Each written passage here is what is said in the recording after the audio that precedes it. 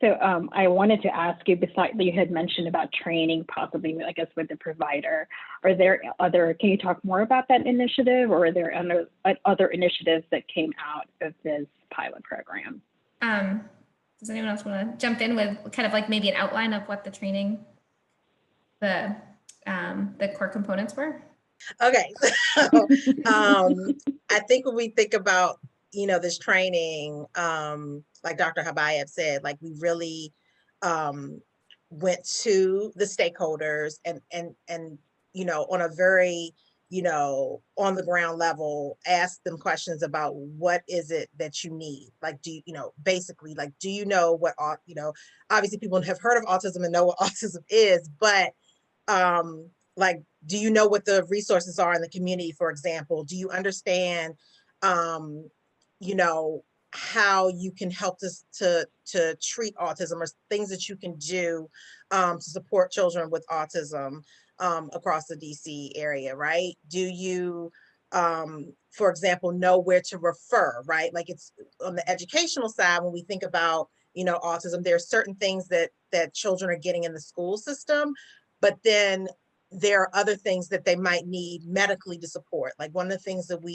when we think about autism in terms of, like, in school, it is, you know, OT, PT, so occupational therapy, physical therapy, speech therapy. Those are kind of the three things that are happening in school, but a child might actually need access to applied behavioral analysis services. And the reality is, you're not necessarily going to get that in the school setting. You also need a medical diagnosis. So even learning about how do you navigate or help a family to navigate, you know, their insurance, right? To get those therapies and supports and community resources to all kind of work together. And so when we think about that training, you know, it was really, I think, a holistic approach in thinking about, one, very simply, what is autism? How does it look? It can look different ways. When you know one child with autism, you know one child with autism. And so how do you support them all the way to, you know, they've gotten diagnosed. These are the things that you can do to support these families. And then here's some community resources. So it really was looking at autism, you know, as this global thing, right? Because it's not just affecting a child in school, or it's not just affecting them at home, it's affecting them globally, right? And so how, again, do we give the families the tools that they need? And the reality is, it starts by the providers really knowing how to navigate those services, because families don't know, you know, like, we learn by our, you know, by our experience, but we really look to providers, medical professionals, educational professionals to really help guide us as we're first getting started. Just to add on to that, I think one of the parts of this training that was unique is having that community partnership allowed the team to garner community feedback and then adjust the training as needed. So after some initial trainings, there was a need voiced for more information about the overlap between the medical and educational systems and what the differences are. So a new segment was added to future trainings to specifically address that community need, which I think is really unique. And in terms of initiatives that have come out of this training, I believe the trainers are still disseminating this information, still using that train the trainer model to further the information that was shared beyond the initial group of participants, which I think is another piece that makes this project unique. Is a lot of effort went into this sustainability aspect, making sure that this information did not just stop when the training stopped, but rather that it'll continue to be shared with other providers and other families so it keeps going. Awesome.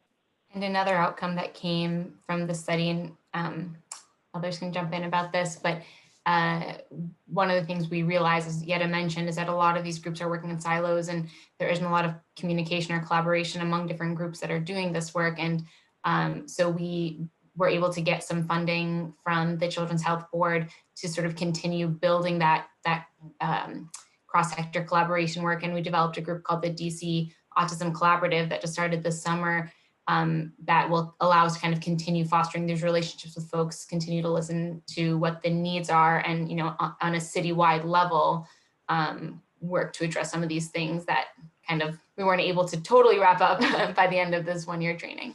Did you, like, now that we're in this, I hate to, bring it back to the pandemic, like we're all pretty much either working or seeing patients virtually.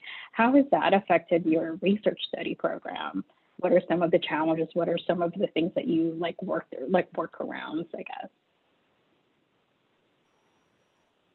Oh, go Renee. I saw you turn off your turn on your. I think one of the biggest things that we found when we were doing the focus groups was that we had questions about how they were implementing the training in their everyday work, but a lot of them couldn't answer that question, I guess, in a way that we anticipated because of the pandemic. So I guess in the results kind of area of this, it was kind of tough because it changed, I guess, what we were hoping they would say or hoping the results of this would be. Yeah, I mean, and we were lucky that, even though we'd planned for and done in-person trainings for the first part of the year, we were able to pivot to doing webinar-based trainings, which, we had to change it up in terms of like, you can't have as long chunks of the day, kind of needing to split it up and go over time. And but that we're able to make some of those adjustments. Similarly, I think we planned for in-person interviews or focus groups, but had to switch to Zoom. But some of those I think were easier to manage versus the one that Renee mentioned about just, I think, the challenges that young child providers are facing right now, trying to care for kids with autism in this pandemic time point, which is really tough. I do think go ahead, Serene. Well, just a silver lining to the fact that we had to move things online is that I think we increased our scope a lot. And so we saw, in some of our initial trainings, like 20 to 50 people. And then when we went to online, we had 250 people register for the trainings. And so it was just so much more accessible to in this example, early childcare providers at community daycare centers to attend these trainings and learn. And so that was a really cool opportunity to get so much more involvement than I think we would have had if we expected someone to spend a whole day doing a training with us.